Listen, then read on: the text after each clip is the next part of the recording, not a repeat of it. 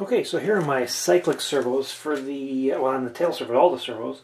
The cyclic servos are the HK550TT and the tail is the HK47010 And these are magnetic induction servos, high torque, and they have metal gear on them as well.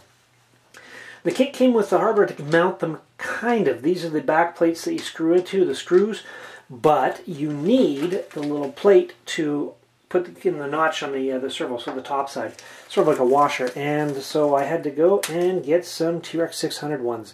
Bit of a disappointment there. It would have been nice to have them in the kit, so I had to spend whatever it was to get those. So let's just mount them in the helicopter, and we're going to do that right now without the arms on them. We'll put the arms on at a later time.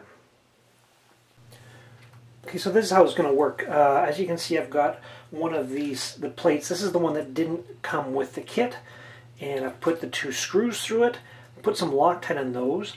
We're going to drop it through the frame of the helicopter and then into this metal back plate on the back side, and that's going to hold it in place. And as you can see, it's got this little tab here which will line up with a little tab on the well, the cutout on this plate with the tab on the servos, and that will prevent them from moving, and that keeps the servos solid in place. So here you can see how it works here. We've got the screws through the carbon fiber plate, then through the servo, through the frame, and then the back plate there. And you can just tighten those bad boys up, and you'll have a solid connection.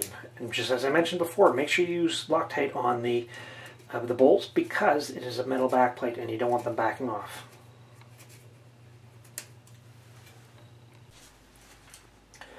Okay, you know what they say about the best laid plans. Because the servos are very long, as you can see, they're actually touching here. I've had to modify my spacers plan. I use the grommets here, and that gives me a bit of extra space. I don't usually use grommets on electric helicopters, and I know a lot of people don't like to use them, but the servos mount very solidly with them, so there's no problem in using them. Then the spacers I was going to put on this side, I put over here because I needed to move the servos away from the center. If I just mounted them without it, then the one servo would push the other one out of the way. So to get these long servos to fit, I had to use grommets, which keeps the position of the servo in the proper place, two spacers, and then the back plate. If you look at the back servo, I've got the it's mounted a little bit differently, and they want to use a spacer here. The reason is it moves the servo arm to the middle, to the proper place where it's supposed to be. And so for the spacer for this one, I just drilled a hole out of one of the extra set of spacers. Sorry, the servo nuts, the long square servo nuts that came with the kit. So that's what that is, and I've got the grommets on the back as well. Mostly because I ran out of the little carbon fiber spacers to do the front end. Next thing to do is the rudder servos. Okay, so here's the rudder servo mount. It comes out of, there's two holes on either side which hook into these. I've just mounted the servo in here. I'm not going to put it back in just yet. The reason is I want to center the servo arm and put the arm on and everything. So this I'm just going to set aside. We can put it on sort of the last stages of our setup. And the next thing I'm going to do is I'm going to put the landing gear on. Okay, so the landing gear setup is pretty straightforward. You've got the landing gear legs here, the skids themselves, skid bumpers, and then the screws, and there's also grub screws in here for locking the skids into the landing gear legs. The screws that hold the gear legs in place actually double to hold the bottom plate. As you can see, this is still kind of loose. And as you can see, it goes into a metal plate at the bottom. So you have to make sure that you use Loctite when putting the landing gear legs in. As you can see, they kind of sweep one way or the other, and just make sure that they go forward, not backwards like that. So this little loop here for the, let's see, the antenna tube, which you're probably not going to use if you're using 2.4 gigahertz, should be on the left-hand side of the helicopter. Okay, here are the legs in, and I've screwed in these 4 screws here. I had to loosen these off. These were the only 2 screws holding the bottom plate in place. And at the factory it was put in, and it was kind of skewed to the side. So I had to loosen these off so that I could line up the screw holes at the front. So I'll have to take these all the way out, put more Loctite on them, and reinstall them. Now is also a good time to go through and take all of these bottom bolts that hold the side plate onto there's sort of an elbow connector here. That's all right here at the front, middle, and rear. So there are 6 bolts on each side that you should take out at this time anyway, so you don't forget. And then we'll put the skid pipes in. Okay, now that's done. So I've tightened up all of or actually put Loctite on all the bolts holding the metal pieces all the way around on the bottom. I'm going to put the skids in. That's essentially just as simple as sliding it in. Might be a little tight. Nope, these ones go on fairly straightforward. And just position them. Then what I'm going to do is we'll put the grub screws in. And you'll see what I mean. Now they're just loose right now, so what we're going to do is position them how we want. And then, with the grub screws that we've got, we'll, without any Loctite, because they're going into plastic, take the screws and screw them into here. And what is going to happen is that it will hold the skids in position. And do that for all 4 on each of the legs, and you're set.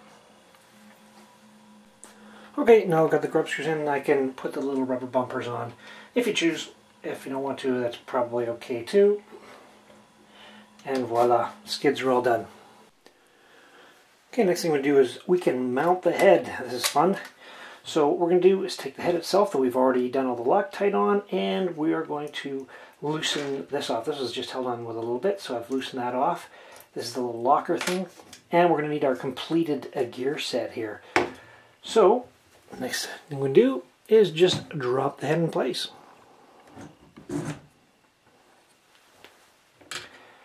Okay, so what we're going to do is we'll put the head through the hole here. We've got to position the gear in place.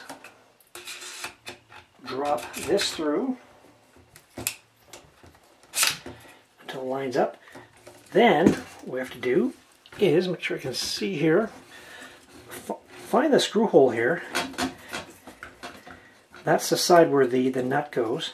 What we're going to do is we're going to turn the one-way bearing until we can see the hole show through. And you can see it right, oh, there's part of it anyways. There we go. You'll see there's 2 parts. There's the inside and then there's the shaft itself. Let's turn it around so that we can drop our screw through. We'll drop our screw through there and put the nut through on the other side. Okay, so here's the bolt that's going to hold it in place, and it's got some thread in the end and it's not thread in the middle, and then the lock nut that goes to the other side. So what we've done here, we've got the main gear, the auto rotation gear, and we're going to drop this bolt through here. So we have to make sure we line up the plastic outside, the bearing sleeve that's on the inside there, and the shaft. I can turn the shaft and see that it kind of fills up and goes silver. I don't know if you can see that. And then we'll just, oops, we're going to turn this around so we get it the right way, because that's the side for the nut to go in. And then we'll just push this through. If you've got fat fingers, you might need to do that with a tool. Anyways, mine's sort of in, and then you probably have to screw it into finish to get through the other side, or hammer it or something.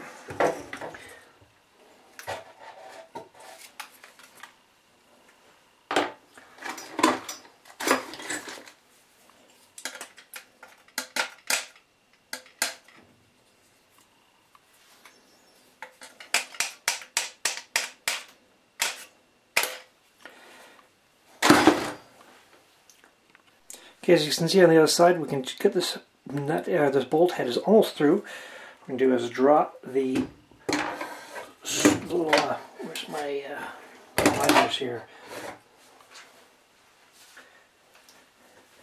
Drop the bolt in.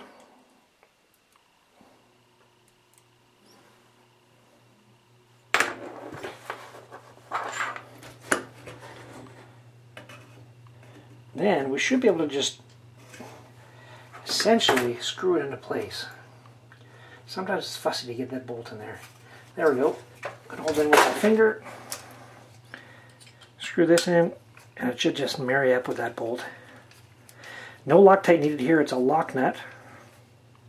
Yeah, it feels like it's going in, and it should tighten up. And now you're going to have the turning movement of the head here. Okay, and it only goes the one way, and then so you know that the one-way bearing is working. But it's not locked just yet. As you can see, it can pop up and down. So what we'll do is we'll pull up with all our might, and then we'll tighten up the this ring here, and that'll hold it in place. And that we will need some Loctite, so you need to pull it out and put it back in. Okay, just putting the last of these two bolts in, and just make sure that you, when you're tightening these up, that you give some tension on the head. And what that does is it pulls the gear up. Essentially, the head doesn't come out pulling up because of the gear on the bottom, and it won't push down because of this. So that's going to give our zero play. And if you don't put the tension, there might be a millimeter or even just a little bit less, and that'll be of upwards downwards play. And you're going to lose some resolution and get some extra wear that way. So just give it a tug up and down, make sure nothing moves up and down, and see that everything turns nicely. Now that we've got that in, we know that everything's in place or lined up. What we can do is retighten these bolts, and what that does, these are the shaft block mounts there. Pull these out right now and retighten them, and what that makes sure is that the bearings are absolutely straight, because they may have been put in the factory and be off by even just a millimeter or two, or even just a tenth of a degree or a thousandth of a degree, I don't know, but just enough to cause a little bit of extra friction. So now's the time to loosen these off, tighten them back up with Loctite.